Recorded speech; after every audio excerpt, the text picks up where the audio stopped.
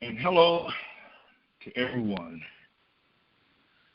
in the sound, in the feeling, everyone of spirit. Today is June 8th, 2022. This is recording 373, entitled Independence Day. Independence Day. This message was inspired because of a movie, part 1 and part 2, that I've seen called Independence Day.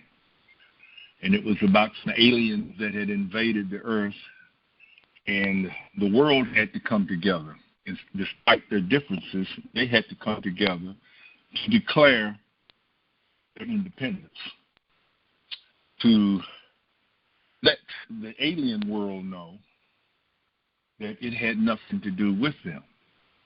One thing we need to understand is there is an alien world. The alien world is the world of the five senses, or as God describes it, the world of good and evil. Should you eat from it, you will surely die. And what has gone, I think, unnoticed is the word "you surely die," the phrase "surely die," because people tend to call death the cessation of life, and God looked at death as being a cutoff or a separation from wisdom. We can never be separated from wisdom, but we can put ourselves in a position to where we look at good and evil, and we can suppose ourselves to be anything other than how God sees us. If you recall, over in the New Testament, it says, when I know and known. And it's phrases that we need to understand that God knows us one way. And it's up to us to know God as He is and not as we suppose Him to be. And that is what clears us. So therefore, Independence Day, independence, that is our declaration of freedom. We can't make it simply because of words or phrases. There was an article written. When I say article, I mean a page, and it's called what? The Declaration of Independence. A declaration of freedom, self-sustaining, dependent upon nothing and no thing external, able to sustain itself, requiring no support, sovereign in its domain, competent to achieve anything and all things, having power to, in spiritual terms, having no power lesser than, omnipotent, all powerful, independent. What would life be if you could declare that about yourself? And if you notice, I said having no power equal to or above, which we will readily accept that the kingdom of heaven has no power above it, no power equal to it.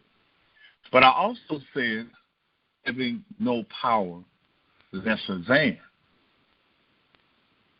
Lesser than. And our mind immediately goes to any and every situation, source, or whatever out here that claims to be a power. Well, that's as I said earlier, alien world. That's the world that says that it can. It's the one where countries fight against each other. It's the one where ethnicities fight against each other. It's the one where financial potentates and they fight against each other. The survival of the riches. But once you understand the word omnipotent, meaning all-powerful, that means there's only one power.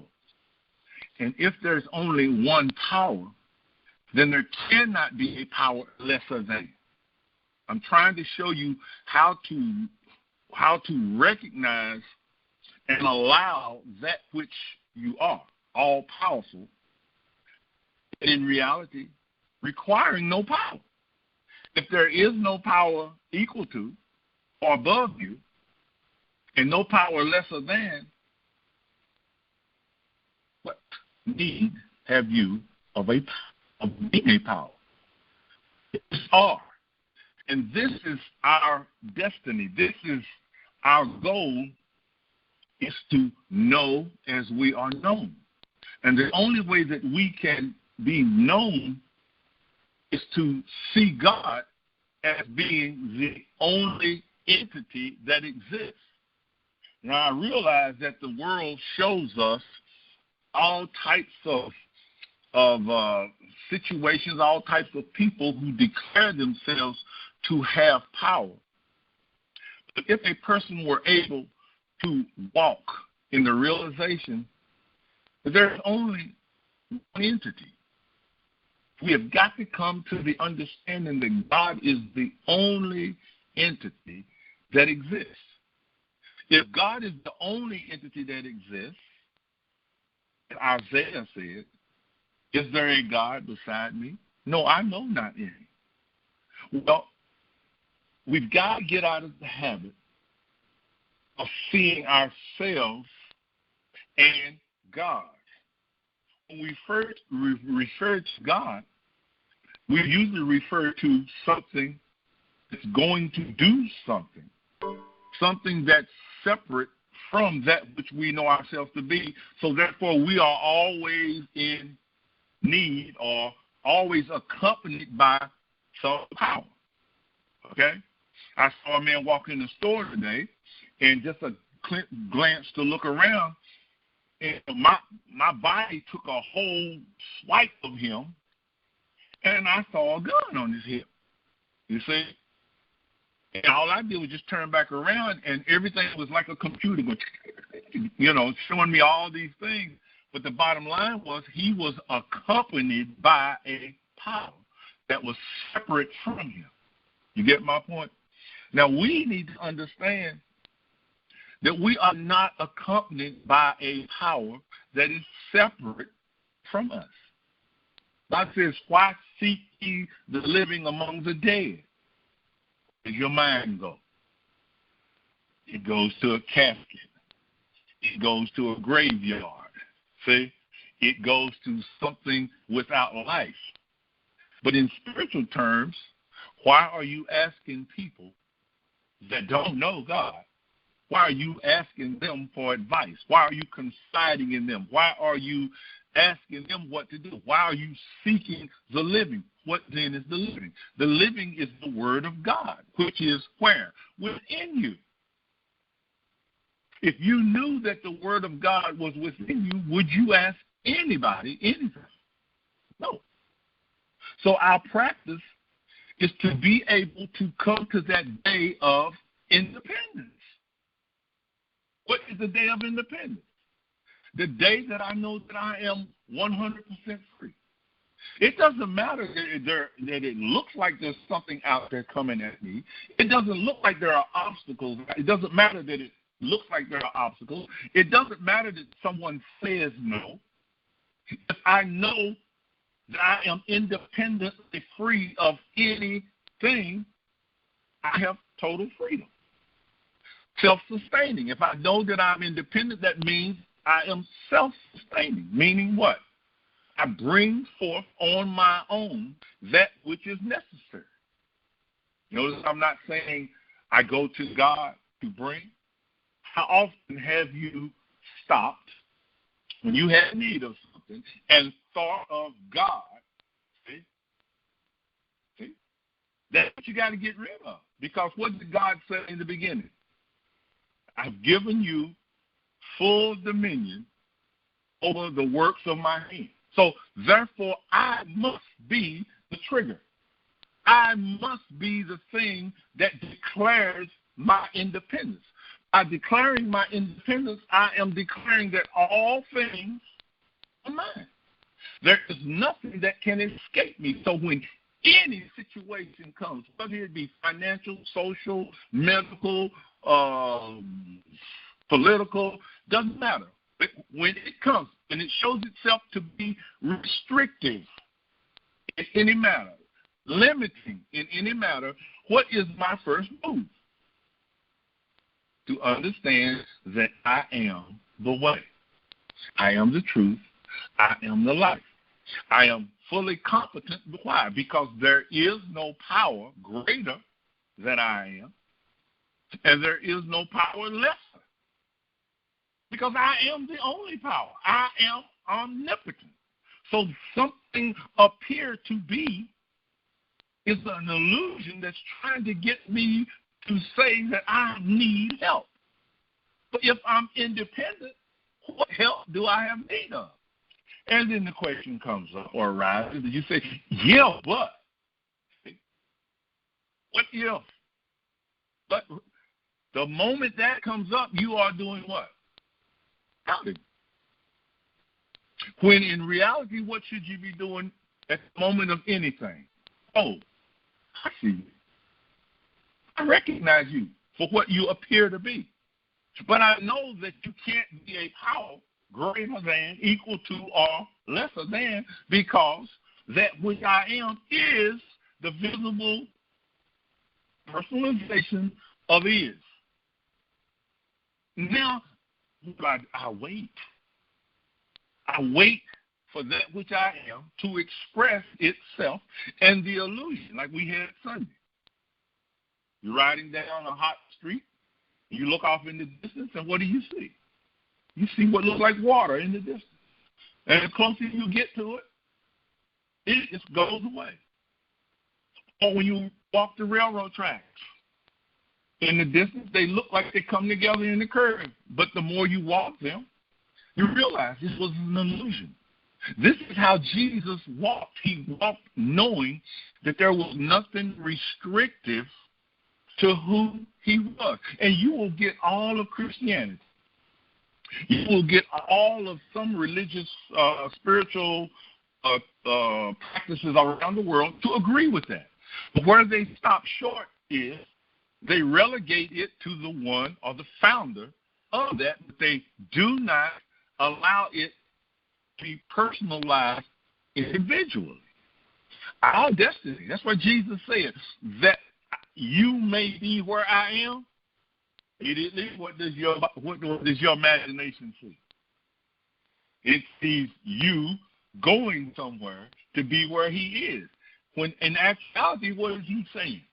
That you may understand and know that whatsoever you see me as, that's what you are. And I came to show you that that's what you are. That's the wall going up between you and the alien. Okay? That's the wall of separation, which should relegate you to no salvation. Because the moment you begin to talk in the language that they're talking in, what are you doing? If you deny me before men, then I will deny you before the Father. Can you not see that this thing is a spiritual? It's a work that's going on inside you. It has nothing to do with you stopping stuff out here in this world. It's you staying within the framework of your independence and working with your independence until it proves I and the Father are one. This is the destiny of the heart, to experience dependence and have no need of support even from that which is called God. I know what that sounds like. But for you to say that to an unconditioned ear, I don't need God. See? They see you as being blasphemous. But what you're actually saying is there is no God separate from me that I need to call on Because you have recognized that all that God is and God has already been given to you.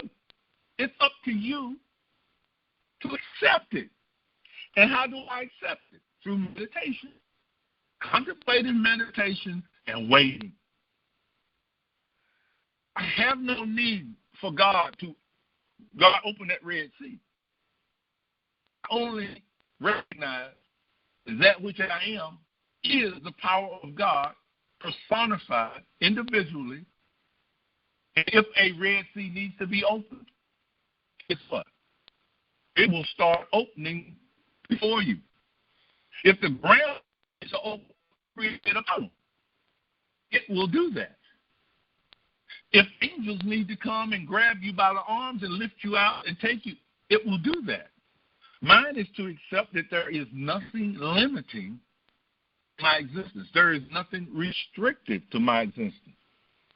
Now, I understand that as we increase in spiritual discernment, we find that we actually become that which we give our attention to.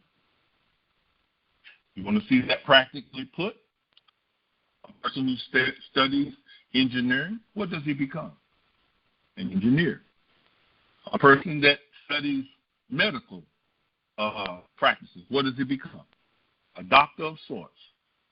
A professional athlete, an athlete that studies and practices, what does he become? A professional athlete. See the problem now with Christians? Simple, isn't it? They do not study the scriptures, okay? They do not practice the scriptures. And I sat there last night looking at Facebook, just flipping through conversation after conversation. And I looked up at my daughter, and I looked up at my wife, and I said, this is absolutely crazy. And they said, what?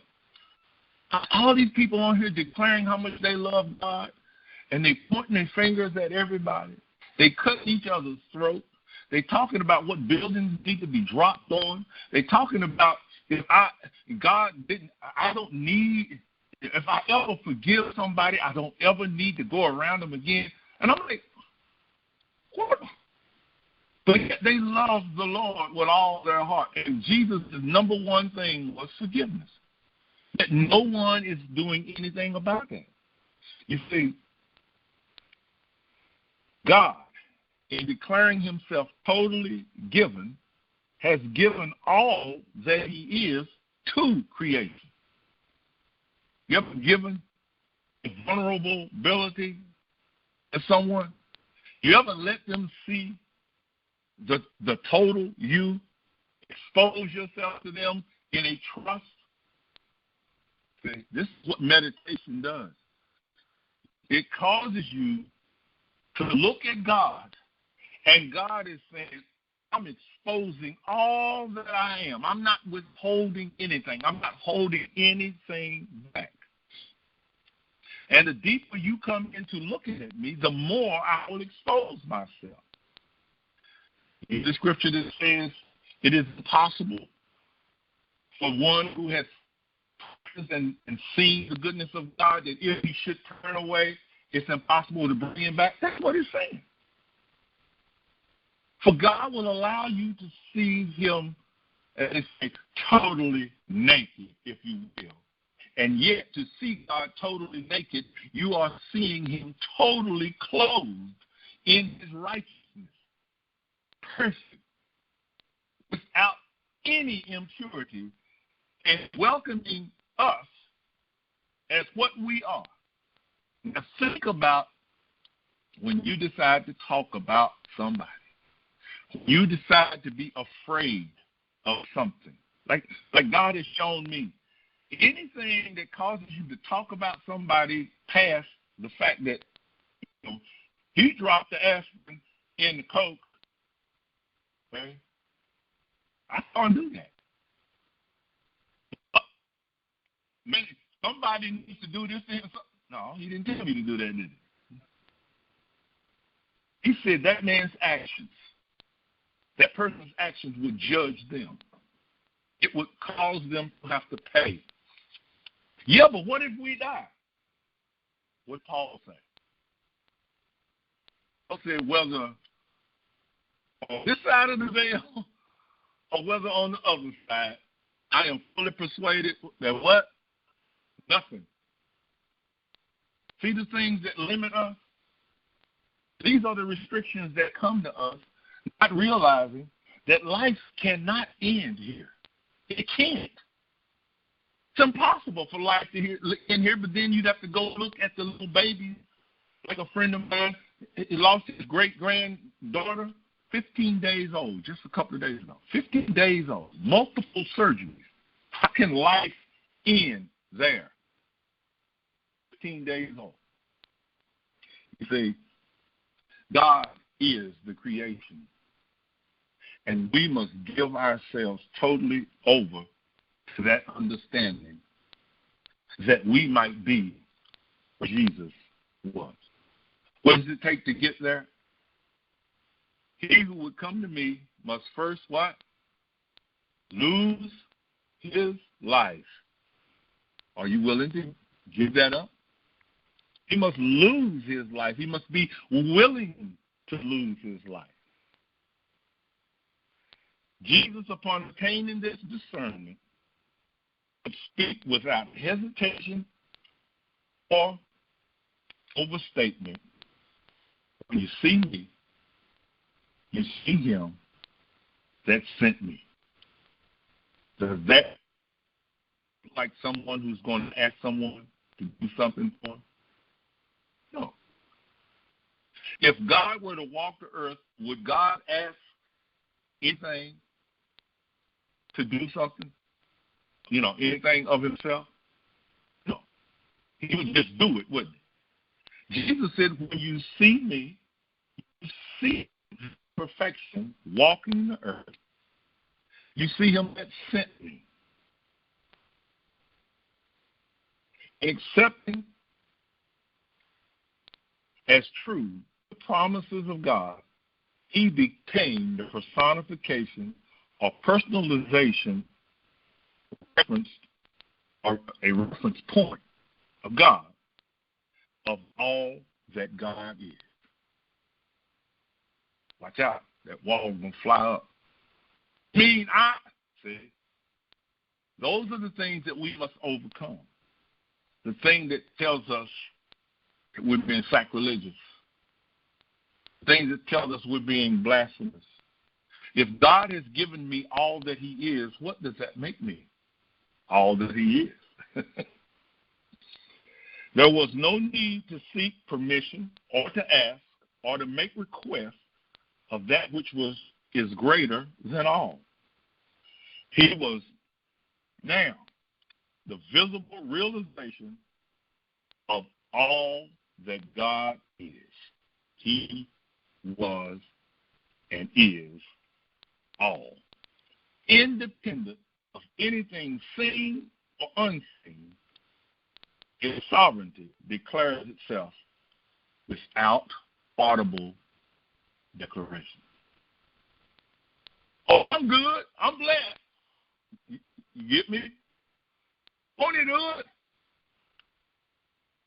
God is my co-pilot. I'm his what? You don't have to declare who you are. One thing you need to realize is that if you are the representative of him, what I mean by representative, I don't mean he's over here and you over here representing him.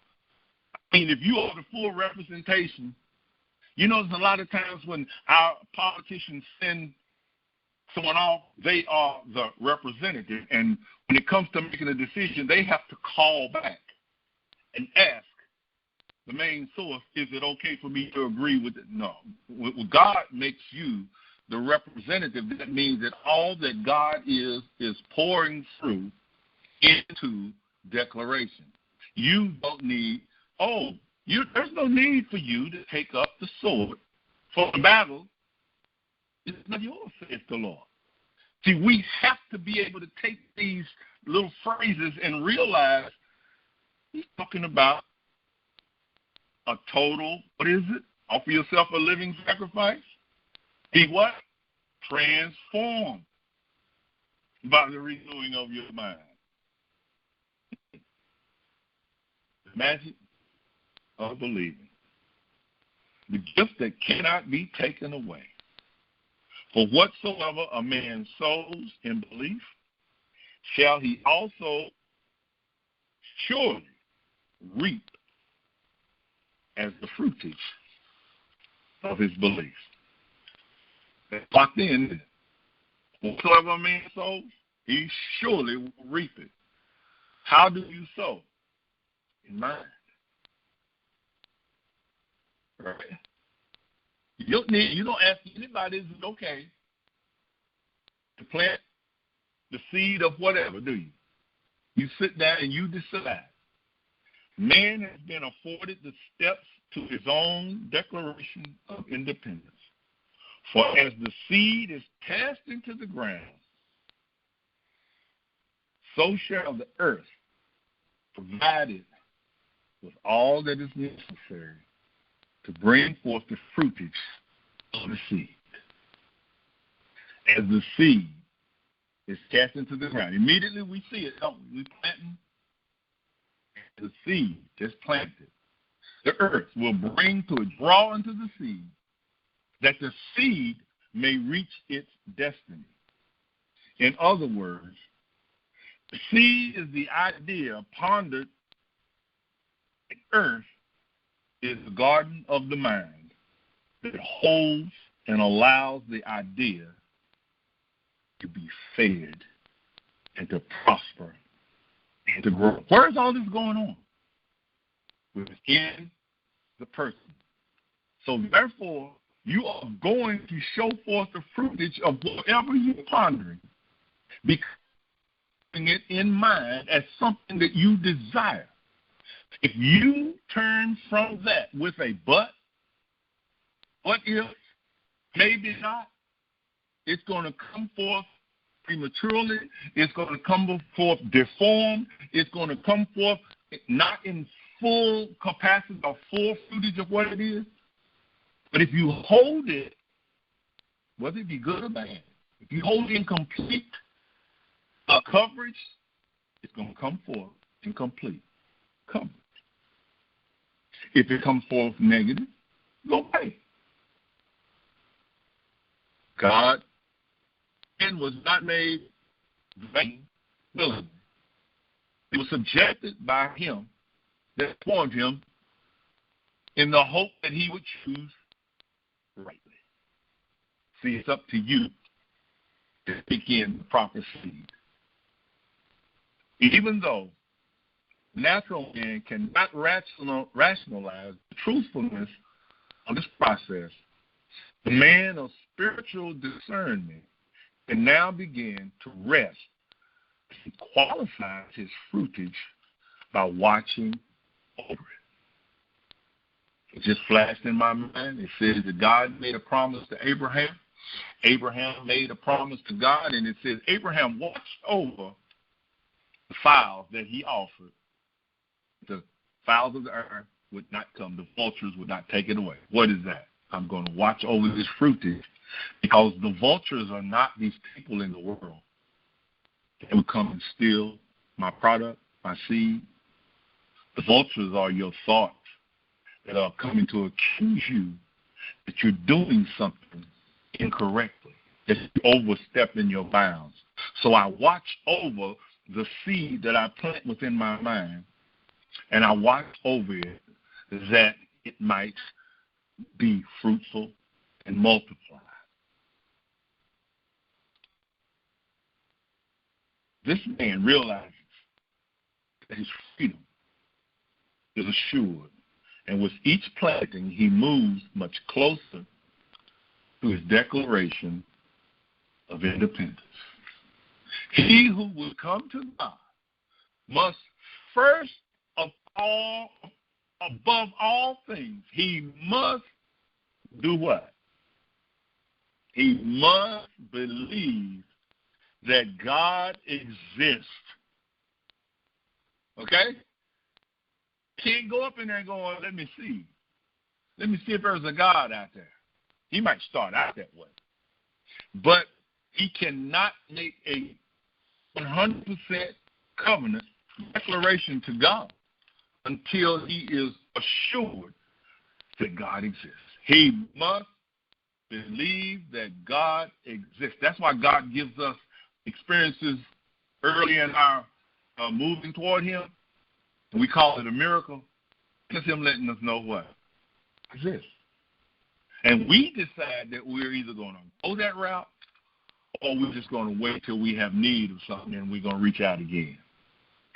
Holding the vision of God high in consciousness, he watches his way that seed should not be hindered or limited in any way. This is what causes you to look strange to people. Can't carry on conversations with them because you'll find yourself disagreeing at just about every sentence that they make. You have to take some type of exception to it, or I think I got to go. You can't. He has found his way. The truth mark is on, and they that surrender to its flow are carried to dwelling mansions. A new revelation I give you. In my Father's house are many dwelling mansions. There are many rooms within your consciousness that you can go in. Many experiences that you can go in. Why? Because the whole house, the whole universe is the Father's house. So therefore, in my Father's house, I can go to many dwelling mansions, and each one can become a step up from the previous one, as they say, in measured consciousness. A step up, but really what you're actually going through is confidence. Your confidence is building to what? A better dependency on God. These mansions are not subject to any power, as I said before, greater than, there is none, and no power less than, there is none. Can you imagine your life if that concept right there were you able to behold it and feel it? There is nothing equal to and greater than I am, power, and there is nothing less than. So that means that anything coming, I would not even see it as a power that has to be overcome. I am the only power. Omnipotence. No power less than. No, for the power of God is all power. There may seem to exist powers greater or powers less, but in reality, there is no power other than. What did I just say? God is all that there is. Yeah, but I can't seem to believe that. Well, stop. Be still. Isn't that what he said? Be still and know. How can I be still and know?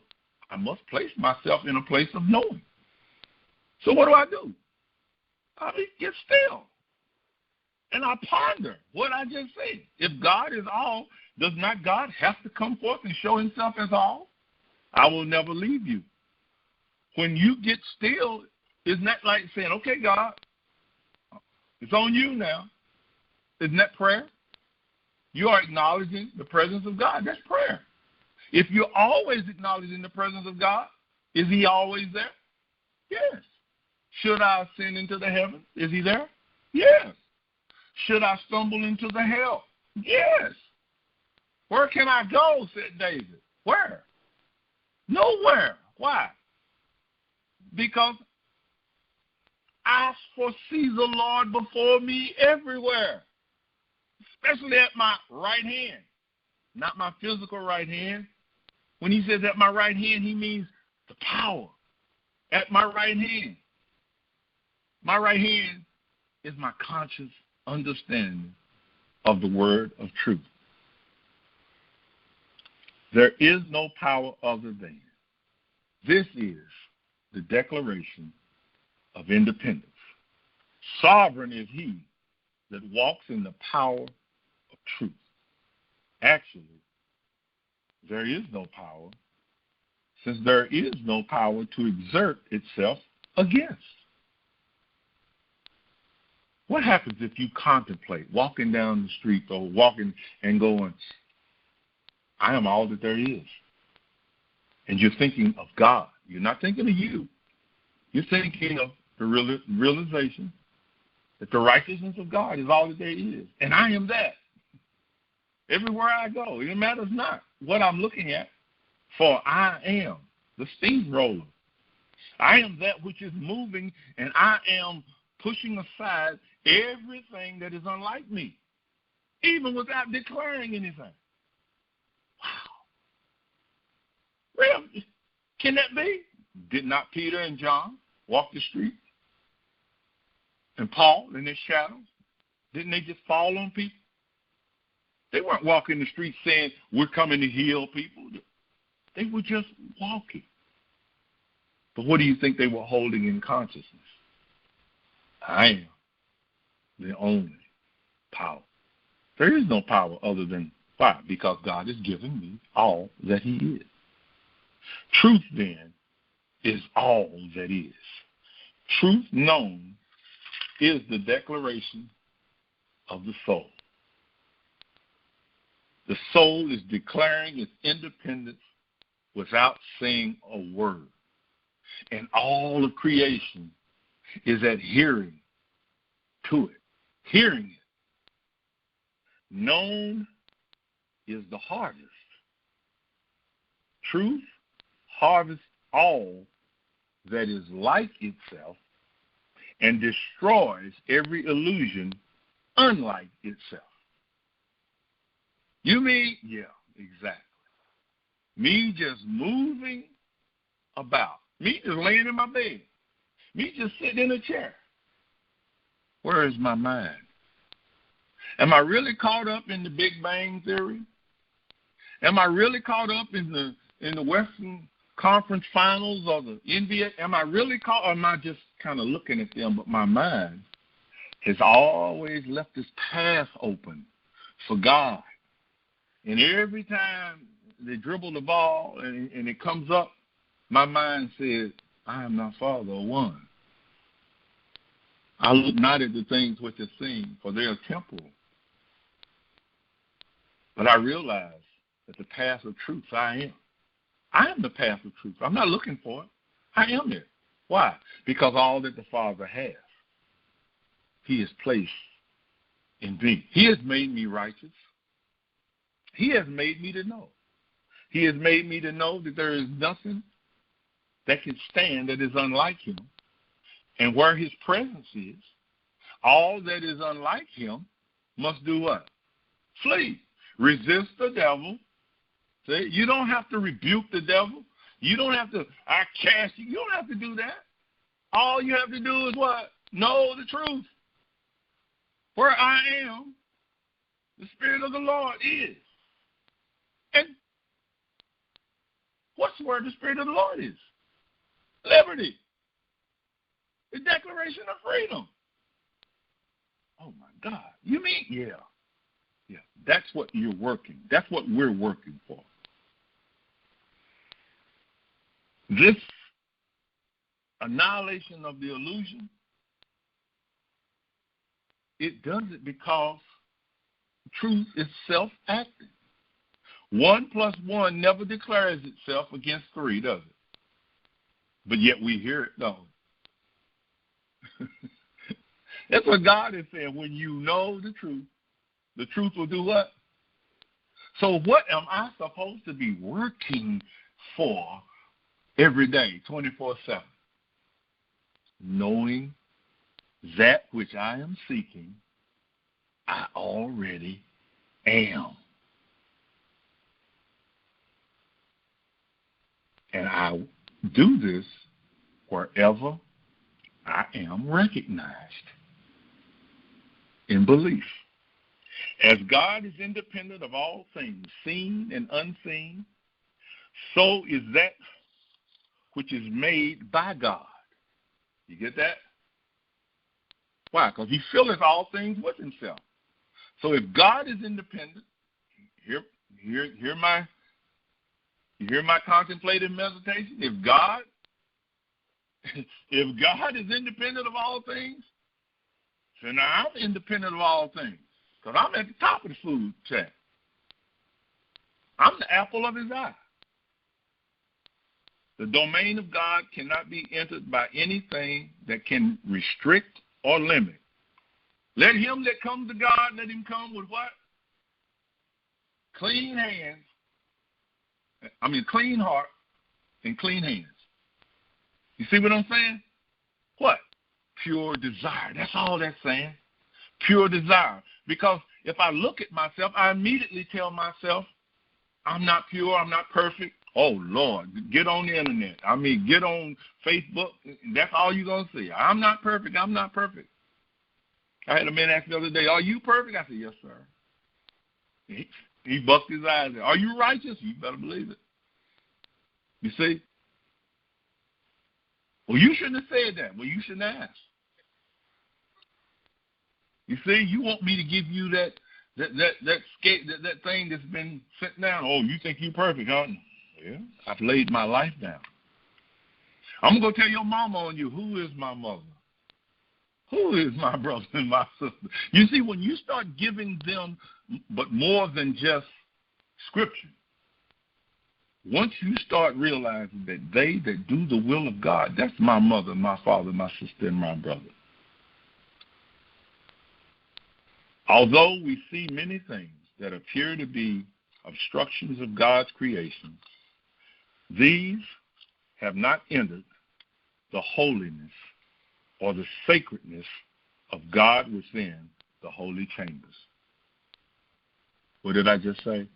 Quickly, you've got people out there declaring how much they love God, and then in the next breath, they're talking about killing somebody, or they're talking about beating up somebody or putting them in their place. Those people have not entered the holy chambers of God. They have believed in their own righteousness and worthiness because someone stood in a pulpit and told them that if they declared those sentences, they would be seen as righteous. No. Righteousness is a shower where we go in and we are cleansed of all unrighteousness. As Jesus said, Father, those that you have given me, they have been cleansed by the washing of the water by the word. It's the word that cleanses us.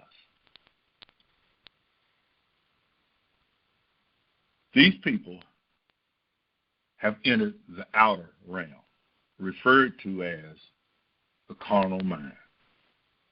Here they offer suggestions as how best to navigate this life experience this life experience. God calls it the tree of good and evil. However, when the heart turns to God, the mind of carnality, the veil causing the world to see illusory, is cast aside. All that is of God is now made available. We are allowed to knock, seek, ask, visit, and more importantly, dwell here. That we should hear the voice of the soul declare with all confidence, Independence Day. God bless you.